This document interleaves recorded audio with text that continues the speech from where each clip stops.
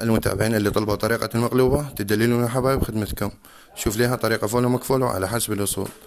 ريحة تنشاف الطعم قرص 1:1. مفاولة كفيل كامل عباس. شوفها تردون شنو قبل لا نبلش بالطريقة؟ صلوا على محمد وآل محمد. خلونا لايك ومتابعة. تعالوا نبلش.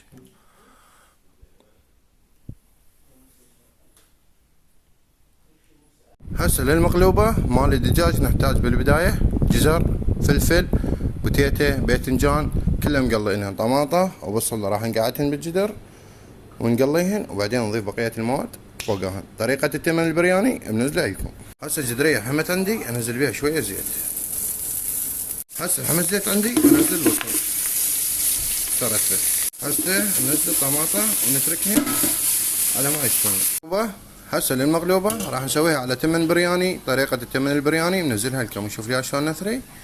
هسه باقي عندنا بس الدجاج نكمل المقلوبة مالتنا مفاولة كفيلكم الله.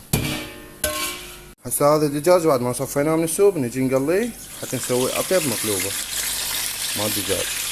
هسه تركناه زيت حمت وننزل الدجاج فيه. هسه هنا الطماطة والبصل بعد ما خليناهن على البخار نجي ننزل البوتيتة تكون شوية قوية وبعدين ننزل الدجاج فوقها. كمل وارجع لكم. طبقات راح اسويها. هسه نزلنا البوتيتة. هسه نصفط الباذنجان. هاي بعد عندنا بوتيتة نسيناها. حطها بسرعة. هسه ننزل الباذنجان. شوف لي شلون دايب.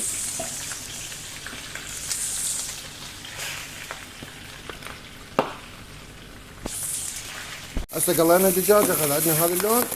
نجي ننزله على المخضر اللي نزلناه جزر وفلفل وباذنجان وبوتيتة وبصل وطماطم. هسه ضفنا الدجاج وهاي المقلوبة انا كل طريقة منزلها التمن والدجاج. هسه ننزل دبس رمان. اضربني شوية خفيف لان هاي اخر شوية. هسه ننزل شوية شطة وعليه لا خليها سبايسي. هسه ننزل شوية كاتشب. حجي راح تصير مفعولة كفيلة كالعباس. هسه نجي ننزل التمن البرياني. انا منزلكم الطريقة تلقونها بالصفحة. نجي نضيف.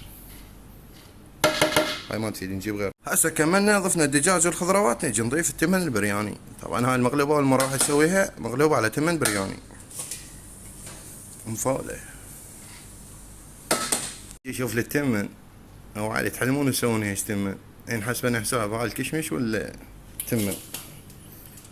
شوف هسه نكمل ونهدر على نار ناصية 10 دقائق. هسه نغطي المقلوبة مالتنا ونخليها ترتاح. اهم شي راحتها. 10 دقائق على نار هادية. شوفكم النتيجة.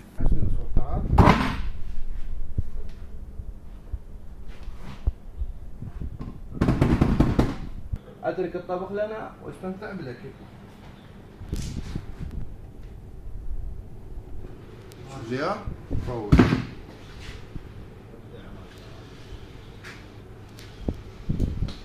شوف لي الضيم. شوف لي الطراقيع. الدجاج.